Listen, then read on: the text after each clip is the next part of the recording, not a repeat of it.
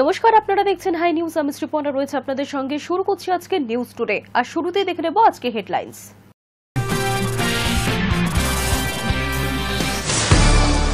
SIR চলাকালীনই নতুন নিয়ম, নতুন ভোটারদের নাম তুলতে বাধ্যতামূলক আধার কার্ড। সঙ্গে এবার থেকে শুধুমাত্র অনলাইনেই নাম তুলতে পারবেন নতুন ভোটাররা।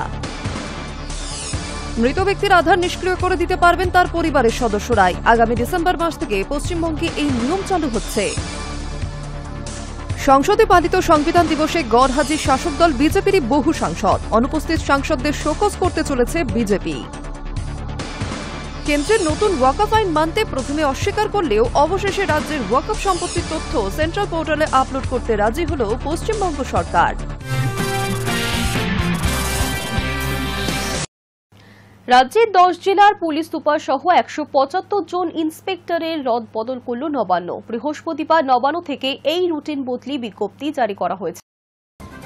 ওসিআইসির পর এবার এসপি পদে বড় রদবদল। 10 জেলার এসপি বদল করল নবান্ন। বুধবার সন্ধ্যায় রাজ্য পুলিশের বদলি সংক্রান্ত একটি নির্দেশিকা সামনে এসেছিল, যেখানে একযোগে 175 জন পুলিশ পদাধিকারীকে বদলি করা হয়েছিল। বৃহস্পতিবার 10 জেলায় বদল করল রাজ্য সরকার। এক ঝলকে দেখে নেওয়া যাক কাকে কোথায় বদল করা হলো। বৈভব তিওয়ারি বাঁকুড়া থেকে পুরুলিয়া, অভিজিৎ বন্দ্যোপাধ্যায় পুরুলিয়া থেকে মালদা, প্রদীপ কুমার যাদব মালদা থেকে উত্তর দিনাজপুর, রঘুবংশী আলিপুরদুয়ার থেকে জলপাইগুড়ি, উমেশ জ্ঞানপথ জলপাইগুড়ি থেকে আলিপুরদুয়ার, সানা আক্তার রায়গঞ্জ পিডি থেকে আসানসোল দুর্গাপুর, সোনাওয়ানে কুলদীপ সুরেশ এসএসআইবি ডব্লিউবি থেকে রায়গঞ্জ, সৌম্যদীপ ভট্টাচার্য পূর্ব মেদিনীপুর থেকে বাঁকুড়া, মানব সিং ডিসি নিউটাউন থেকে এসপি ঝাড়গ্রাম, পলাশ চন্দ্র ঢালি বারুইপুর থেকে পশ্চিম মেদিনীপুর, শুভেন্দ্র কুমার পূর্ব মেদিনীপুর থেকে এসপি বারুইপুর, অরিজিৎ সিনহা ঝাড়গ্রাম থেকে ডিআইজি মেদিনীপুর রেঞ্জ। পূর্ব মেদিনীপুর জেলার এসপি কে হবেন সেটার এখনও সিদ্ধান্ত হয়নি। তবে এত বদলের মধ্যেও নজর কাটছেন এসপি সৌম্যদীপ ভট্টাচার্য, যাকে পূর্ব মেদিনীপুর থেকে বাঁকুড়া পাঠানো হয়েছে। কারণ তাৎপর্যপূর্ণভাবে বৃহস্পতিবারই তার বিরুদ্ধে বিস্ফোরক অভিযোগ তুলেছিলেন শুভেন্দু অধিকারী। তার দাবি ছিল ওই এসপি আইপ্যাকের সঙ্গে হাত মিলিয়ে বিজেপি কর্মীদের উপর সংগঠিত চাপ তৈরি করছেন। শুভেন্দুর দাবি অনুযায়ী তার নির্বাচনী এলাকায় গত কয়েক মাস ধরে পরিকল্পনা করে বিজেপি কর্মী সমর্থকদের দলে টানার চেষ্টা চলছে। এই পুরো প্রক্রিয়ার নেপথ্যে আইপ্যাকের সক্রিয় ভূমিকা রয়েছে। জেলার বিভিন্ন স্তরের বিজেপি নেতাদের সঙ্গে আইপ্যাকের প্রতিনিধিরা গোপনে যোগাযোগ করছেন। কথায় কথায় তৃণমূলে যোগদানের চাপ, আর যোগ দিলে কি কি সুবিধা মেলে তাও নাকি তালিকা শুনিয়ে দেওয়া হচ্ছে। Hi News network.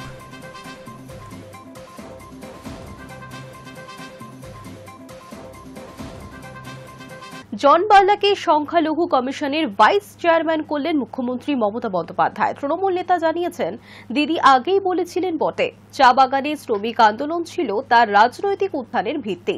তৃণমূলে যোগ দেওয়ার পর দলের তরফে ঘোষণা করা হলেও ট্রেড ইউনিয়নের কোনো দায়িত্বে এতদিন তাকে আনা হয়নি। জন বার্লাকে মাইনরিটি কমিশনের ভাইস চেয়ারম্যান করল রাজ্য সরকার। বৃহস্পতিবার সন্ধে নাগাদ নবান্ন থেকে এই মর্মে জন বার্লাকে ইমেল করে নিয়োগপত্র দেওয়া হয়। এই দায়িত্ব পেয়ে খুশি হয়েছেন ডুয়ার্সের বিতর্কিত রাজনৈতিক চরিত্র জন বার্লা। এদিন বার্লা বলেন, রাজ্যের মুখ্যমন্ত্রী আমাকে এই দায়িত্ব দিয়েছেন, আমি খুশি। আমি ডুয়ার্সের জন্য কাজ করব। মমতা বন্দ্যোপাধ্যায় এই রাজ্যে ভালো করতে পারেন। আমি আগেই কাজে নেমেছিলাম, এবার এই দায়িত্ব পেয়ে আমি ঝাঁপিয়ে কাজ করব। উল্লেখ্য, 2019 সালে আলিপুরদুয়ার লোকসভা কেন্দ্রে বিজেপির টিকিটে জিতে কেন্দ্রীয় মন্ত্রী হয়েছিলেন জন বার্লা। কিন্তু 2024 সালের লোকসভা নির্বাচনে বিজেপি জনকে টিকিট দেয়নি। আলিপুরদুয়ার জেলা বিজেপির সভাপতি মনোজ টিগ্গাকে আলিপুরদুয়ার লোকসভা কেন্দ্রের টিকিট দেয় বিজেপি। তারপরই বিজেপির সঙ্গে দূরত্ব তৈরি হয় বার্লার। মনোজ টিগ্গার সঙ্গে পরবর্তীতে প্রকাশ্যে বিবাদ করতেও দেখা যায় প্রাক্তন এই সাংসদকে। সম্প্রতি সুভাষিনী চা বাগানের মাঠে মুখ্যমন্ত্রীর প্রশাসনিক সভার মঞ্চেও দেখা গিয়েছিল এই প্রাক্তন সাংসদকে। তার কিছুদিন পরে বিজেপি ছেড়ে তৃণমূলে যোগ দেন জন বার্লা। সামনে বিধানসভা নির্বাচন, তার আগে জন বার্লাকে রাজ্য স্তরের বড় পদ দেওয়ায় ডুয়ার্সের রাজনীতিতে তৃণমূল আরও শক্তিশালী হবে বলেই মনে করছে রাজনৈতিক মহল। জানা গিয়েছে বর্তমানে পশ্চিমবঙ্গ সংখ্যালঘু কমিশনের চেয়ারম্যান পদে রয়েছেন রাজ্যসভার প্রাক্তন সাংসদ আহমেদ হাসান ইমরান। এই কমিশনে ভাইস চেয়ারম্যানের দুটো পদ থাকে। একজন ভাইস চেয়ারম্যান হলেন John Barla. Hi News network.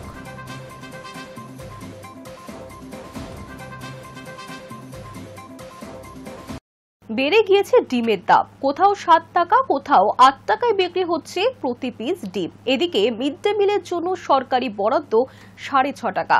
বর্তমানে বাজার দরের সঙ্গে মানিয়ে নিতে হিমশিম খেতে হচ্ছে কর্মীদের।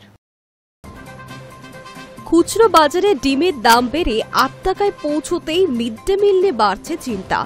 সরকারি বরাদ্দ যেখানে মাত্র 6.5 টাকা, সেখানে স্কুল ও অঙ্গনওয়াড়ি কেন্দ্রগুলিতে ডিম দিয়ে খাবার জোগানোই ক্রমেই কঠিন হয়ে উঠেছে। ফলে বরাদ্দ বৃদ্ধি নিয়ে সরব হয়েছেন শিক্ষক থেকে অঙ্গনওয়াড়ি কর্মীরা। বাঁকুড়া মিউনিসিপ্যাল হাই স্কুলের প্রধান শিক্ষক সাধন চন্দ্র ঘোষের কথায় প্রত্যেক দিন প্রায় 150 জন ছাত্র মিড ডে মিল খায়। বরাদ্দ 1500 টাকা। গ্যাস, মশলা, আনাজেই তার চেয়ে বেশি খরচ হয়ে যায়। ডিম দিতে গেলে তো আরও অসুবিধে। সরকার বরাদ্দ বাড়ালে স্বস্তি মিলত। ডিমের দাম বাড়ায় সবচেয়ে বেশি বিপাকে পড়েছেন অঙ্গনওয়াড়ি কর্মীরা। রঘুনাথপুর 2 নম্বর ব্লকের কর্মীরা মঙ্গলবার পথে নেমে মিড ডে মিলের বরাদ্দ বাড়ানোর দাবিতে বিক্ষোভও দেখিয়েছেন।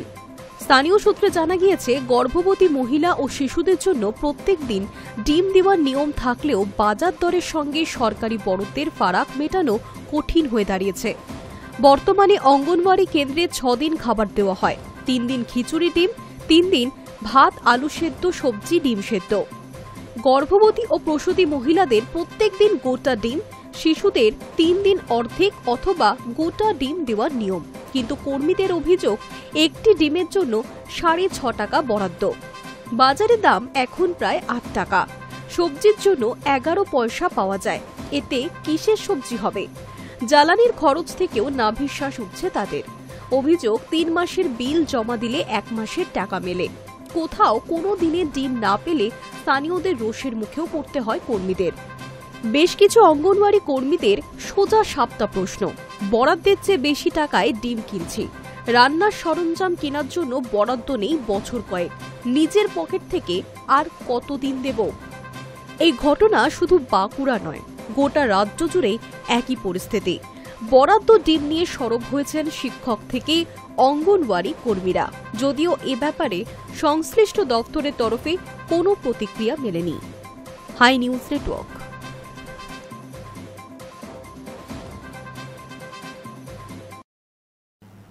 2025কে বিদায় জানিয়ে নতুন বছরকে আহ্বান জানাতে বিশ্বের সর্বত্র এখন উৎসবের আমেজ। নতুন কবে শুরুর অপেক্ষায় এখন শুরু হয়েছে 2026 সালের ক্যালেন্ডার ঘেঁটে ছুটির হিসেব কষা। ইতিমধ্যে রাজ্যবাসীর জন্য 2026 সালের সরকারি ছুটির তালিকাও প্রবেশ করল নবান্ন। জেনে নিন সেই তালিকা।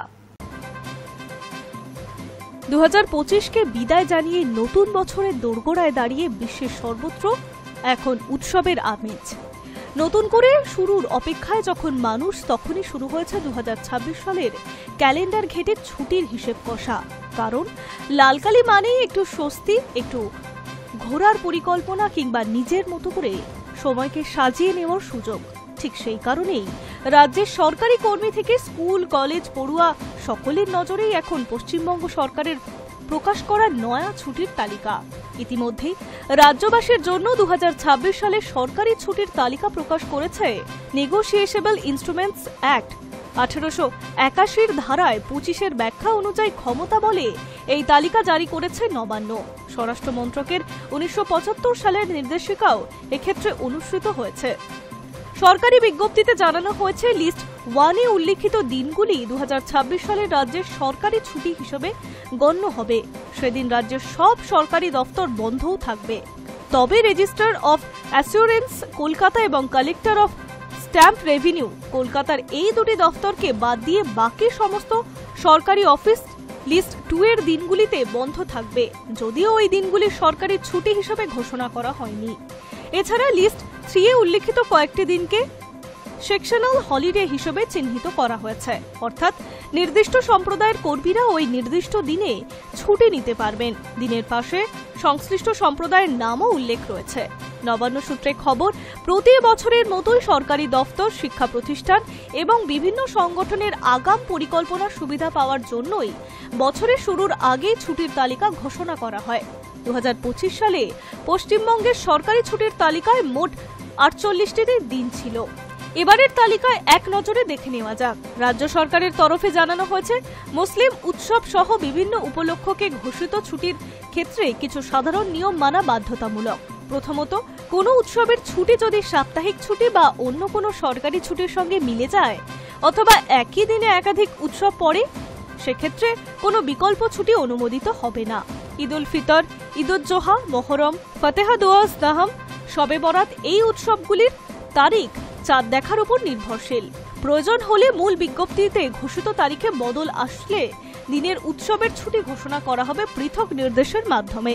তৃতীয়ত, চাঁদ দেখা সম্পর্কিত তারিখের পরিবর্তনের সিদ্ধান্ত অনেক সময় অতি অল্প সময় জানতে হয়।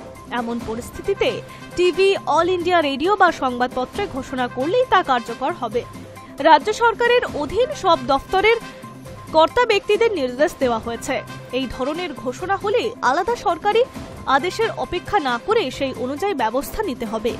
High News network.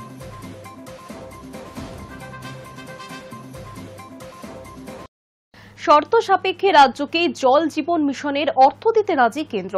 এই প্রকল্পে রাজ্যগুলিকে স্কিম ভিত্তিক অর্থ দেওয়া হবে বলে ঠিক করা হয়েছে। তবে প্রস্তুতি শুরু করেও আশঙ্কায় নবান্ন। দীর্ঘদিন আটকে রাখার পর শর্ত সাপেক্ষে জল জীবন মিশন প্রকল্পের টাকা রাজ্যকে দেওয়ার সিদ্ধান্ত নিয়েছে কেন্দ্রীয় সরকার। এই প্রকল্পের রাজ্যগুলিকে স্কিম ভিত্তিক অর্থ দেওয়া হবে বলে ঠিক হয়েছে। কয়েকদিন আগে নতুন নিয়ম সম্পর্কে রাজ্যে লিখিতভাবে জানায় কেন্দ্র। সূত্রের খবর, সেই শর্ত মেনে নেওয়ার প্রস্তুতিও নিয়েছে নবান্ন। জলশক্তি মন্ত্রকের শর্তে বলা হয়েছে, প্রতিটি স্কিমের জন্য আলাদা আইডি নম্বর তৈরি করতে হবে। পাশাপাশি প্রতিটি স্কিমে আর্থিক সামঞ্জস্য বজায় রাখাও বাধ্যতামূলক করা হয়েছে। রাজ্য কতটা খরচ করেছে আর কেন্দ্রীয় বরাদ্দের মধ্যে কোনো অসামঞ্জস্য রয়েছে কিনা সেটাও খতিয়ে দেখা হবে জলমন্ত্রক, তেমনটাই জানিয়েছে। মঙ্গলবার নয়াদিল্লির এক উপাচার্যের বৈঠকে এই নিয়ম মানা বাধ্যতামূলক বলে স্পষ্ট জানিয়ে দেওয়া হয়েছে। তবে কেন্দ্রীয় সরকারের এই শর্ত সাপেক্ষে টাকা ছাড়ার আশ্বাসের পর কাজ শুরু করে দিয়েছে নবান্ন। জনস্বাস্থ্য কারিগরি দফতরের সব এক্সিকিউটিভ ইঞ্জিনিয়ারকে ইতিমধ্যেই জরুরি নির্দেশ দেওয়া হয়েছে দ্রুত আইডি নম্বর তৈরি কাজে নামতে। কেন্দ্রীয় পোর্টাল ব্যবহার করে ইতিমধ্যেই 55টি স্কিম আইডি তৈরি হয়েছে বলে দপ্তর সূত্রে খবর। এর ফলে আগামী মাসেই কেন্দ্রীয় বরাদ্দ মেলার সম্ভাবনা আছে বলে ইঙ্গিত মিলেছে। তবে কেন্দ্রের এই আশ্বাসের সত্ত্বেও অর্থ পাওয়া নিয়ে সন্দিহান নবান্নের শীর্ষ কর্তাদের একাংশ। কারণ 100 দিনের কাজের টাকার ক্ষেত্রে কলকাতা হাইকোর্ট এবং সুপ্রিম কোর্টের সরকারকে পশ্চিমবঙ্গের এই প্রকল্প শুরু করে অর্থ বরাদ্দের নির্দেশ দিলেও তা এখনো করা হয়নি। তাই নবান্নের আধিকারিকদের একাংশ মনে করছে, যতক্ষণ না বরাদ্দ অর্থ পাওয়া যাচ্ছে ততক্ষণ এই বিষয়ে সন্দেহ থেকেই যাচ্ছে। এক আধিকারিকের কথায়, রাজ্য সরকার জল জীবন মিশনের নাম জল স্বপ্ন করেছে। এই অভিযোগ তুলে কেন্দ্র টাকা আটকে দেয়। পরে দিল্লির বৈঠকে শর্ত সাপেক্ষে অর্থ ছাড়ার নির্দেশ দেওয়া হয়েছে। রাজ্য সেই শর্ত মানতে রাজি। High News Network. চলতি আর্থিক বছর অর্থাৎ 2025-26-এর দ্বিতীয় ত্রৈমাসিকের জিডিপি তথ্য শুক্রবার প্রকাশ হবার কথা। ঠিক তার আগেই আন্তর্জাতিক মুদ্রা ভান্ডারের মূল্যায়ন নয়াদিল্লিকে তীব্র অস্বস্তিতে ফেলে দিল বলেই মনে করছে বিশেষজ্ঞ মহল। ভারতের জিডিপি, জিভিএ সহ জাতীয় পরিসংখ্যানের মান নিয়ে উদ্বেগ প্রকাশ করল আন্তর্জাতিক মুদ্রা তহবিল। সংস্থার বার্ষিক মূল্যায়নে ভারতের ন্যাশনাল অ্যাকাউন্টস ডেটাকে সি গ্রেড দেওয়া হয়েছে। আইএমএফ এইসব ব্যাপারে যে গ্রেডেশন পদ্ধতি রয়েছে তাতে এই গ্রেড হল 4টি গ্রেডের মধ্যে দ্বিতীয় সর্বনিম্ন। অর্থাৎ এই তথ্যগুলি এমন কিছু মৌলিক দুর্বলতা রয়েছে যা আন্তর্জাতিক সংস্থার নজরদারির জন্য যথেষ্ট নয়। চলতি আর্থিক বছর অর্থাৎ 2025-26-এর দ্বিতীয় ত্রৈমাসিক জিডিপি তথ্য শুক্রবার প্রকাশ করা হয়েছে। ঠিক তার আগেই আন্তর্জাতিক মুদ্রা ভান্ডারের এই মূল্যায়ন নয়াদিল্লিকে তীব্র অস্বস্তিতে ফেলে দিল বলেই মনে করছে বিশেষজ্ঞ মহল। অন্যদিকে গ্রস ফিক্সড ক্যাপিটাল ফরমেশন প্রতিষ্ঠান ভিত্তিক আরও বিশদ ব্রেকআপ চায় আইএমএফ। ত্রৈমাসিক উৎপাদন ও ব্যয়ভিত্তিক তথ্যের আরও বিভাজন করতে হবে বলে তারা মনে করছে। এসব থাকলে অর্থনীতির পরিস্থিতি আরও সূক্ষ্মভাবে বিশ্লেষণ করা সম্ভব হবে বলে দাবি IMF এর। ন্যাশনাল অ্যাকাউন্টস ছাড়া বাকি সর্বক্ষেত্রগুলি সরকারি, অর্থ পরিসংখ্যান, বৈদেশিক সেক্টর মনিটরিং ও ফিনান্সিয়াল ডেটা সবগুলি ভারত পেয়েছে বি গ্রেড, অর্থাৎ ডেটা মোটের ওপর গ্রহণযোগ্য হলেও ত্রুটি রয়ে গেছে। তবে গত বছরের মতো এই বছরেও ন্যাশনাল অ্যাকাউন্ট সেক্টর গ্রেড রইল সিতেই। IMF জানিয়েছে দুর্বলতাগুলি মূলত অপরিবর্তিত, তবে নতুন বেস এয়ার ও আধুনিক পদ্ধতির পরিকল্পনা এগোচ্ছে। রিজার্ভ ব্যাংকের নতুন গভর্নর সঞ্জয় মালহোত্রা বলেছেন, টাকা দুই দিকেই ওঠানামা বেড়েছে। রিজার্ভ ব্যয় না করে আরও বেশি ফ্লেক্সিবিলিটি দেওয়া পরামর্শ দিয়েছে IMF। 21শে নভেম্বর ডলারের তুলনায় টাকার মূল্য 89.49 পৌঁছে যায়। তাছাড়া মার্কিন বাণিজ্য শুল্ক বৃদ্ধিতে ভারতের রপ্তানি ও পোর্টফোলিও ফ্লো ক্ষতিগ্রস্ত হয়েছে। চলতি অর্থবর্ষে বৃদ্ধি 6.6% হবে বলে পূর্বাভাস। পরের বছর বৃদ্ধির হার হবে 6.2%। মার্কিন শুল্ক বৃদ্ধির প্রভাব কমাতে ভারতের সাম্প্রতিক কর সংস্কার সহায়ক হতে পারে। নতুন বাণিজ্য চুক্তি দ্রুত কাঠামোগত সংস্কার বৃদ্ধিকে ত্বরান্বিত করতে পারে। তবে ভূখণ্ড রাজনৈতিক অস্থিরতা আরও চরম আবহাওয়া ঝুঁকি অর্থনীতিকে বিপন্ন করতে পারে। খাদ্যদ্রব্যের সরবরাহের সমস্যা দেখা দিলেও আবারও মুদ্রাস্ফীতির চাপে পড়তে পারে। IMF আরও বলেছে বর্তমান নিম্ন মুদ্রাস্ফীতির পরিস্থিতিতে রিজার্ভ ব্যাংকের আরও সুদের হার কমানোর সুযোগ রয়েছে। সেই সঙ্গে কেন্দ্রীয় সরকারকে আগামী 26-27 আর্থিক বছরের রাজস্ব ঘাটতি কমানোর পরিকল্পনা বাস্তবায়নের সময় শুল্কের প্রভাব বিবেচনা করার পরামর্শ দিয়েছে IMF। High News network.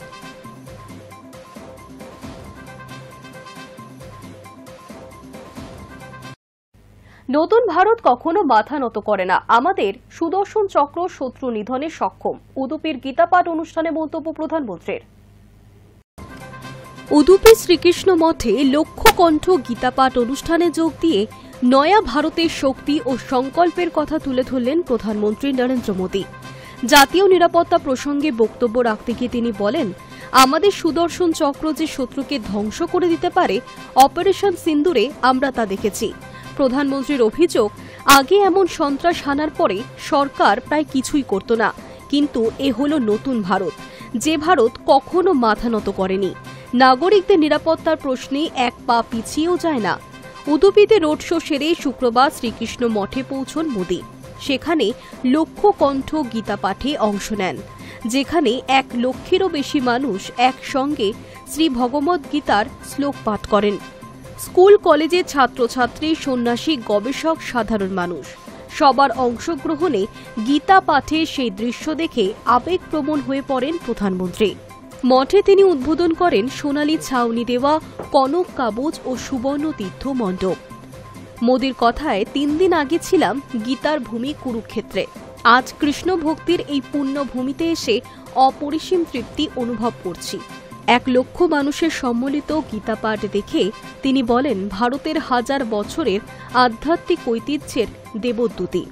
Ayodhya প্রসঙ্গেও Modi বলেন, ওখানে ধর্মধ্বজা প্রতিষ্ঠিত হয়েছে।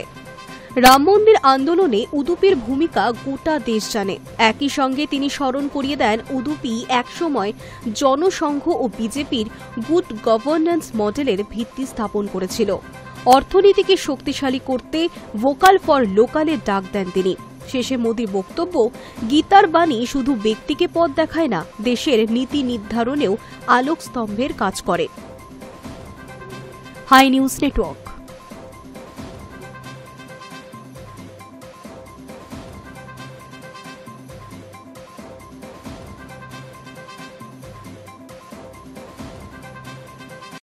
দার্জিলিংয়ের হিমশীতল শহর সুখিয়াপোখরি। ঠান্ডার টানে পর্যটকের ভিড়ও ছিল উপচে পড়া, কিন্তু গত কয়েক বছরে নীরবে বদলে গিয়েছে এই ছোট্ট পাহাড়ি শহরের প্রকৃতি পরিবেশ, আর সেই সঙ্গে বদলে গিয়েছে পর্যটনের মানও। এবার ঠান্ডার টান নয়, আলোচনার বিষয় হয়ে উঠেছে সুখিয়াপোখরির চিতাবাঘ। দার্জিলিংয়ের হিমশীতল শহর সুখিয়াপোখরি বহু বছর ধরেই পরিচিত ছিল সবচেয়ে ঠান্ডার জায়গা হিসেবে।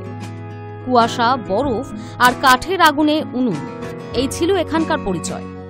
ঠান্ডার টানে পর্যটকের ভিড়ও ছিল উপচে পড়ার মতো। কিন্তু গত কয়েক বছরে নীরবে বদলে গেছে এই ছোট্ট পাহাড়ি শহরের প্রকৃতি পরিবেশ, আর সেই সঙ্গে বদলে গেছে পর্যটনের মানও।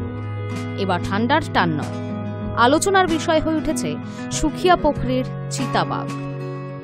এখন প্রায় প্রতিদিনই স্থানীয়দের গাড়ির হেডলাইটে ধরা পড়ে ধূসর হলদেটে লোম, দুলতে থাকা লম্বা লেজ আর স্থির দুটি চোখ, তারপর নিঃশব্দে অন্ধকারে মিলিয়ে যায়। যা একসময় ছিল শুনেছি, এখন তা সুখিয়া পোখরির প্রতিদিনের দৃশ্য। স্থানীয়দের কথায় আগে শুনতাম চিতাবাঘ আছে, এখন তো রোজ হেঁটে বেড়ায় বাড়ির পিছনের জঙ্গলেই। 10-15 বছর আগেও সুখিয়া পোখরিকে ঘিরে থাকা বেশিরভাগ পাহাড় ছিল প্রায় খোলা ঘাস জমি। কাঠ পোড়ানোর ফলে অতিরিক্ত কাঠ সংগ্রহে জঙ্গল কমে গিয়েছিল। মানুষের বসতি থেকে দূরে চলে গিয়েছিল সব বন্যপ্রাণী। কিন্তু সময় বদলেছে।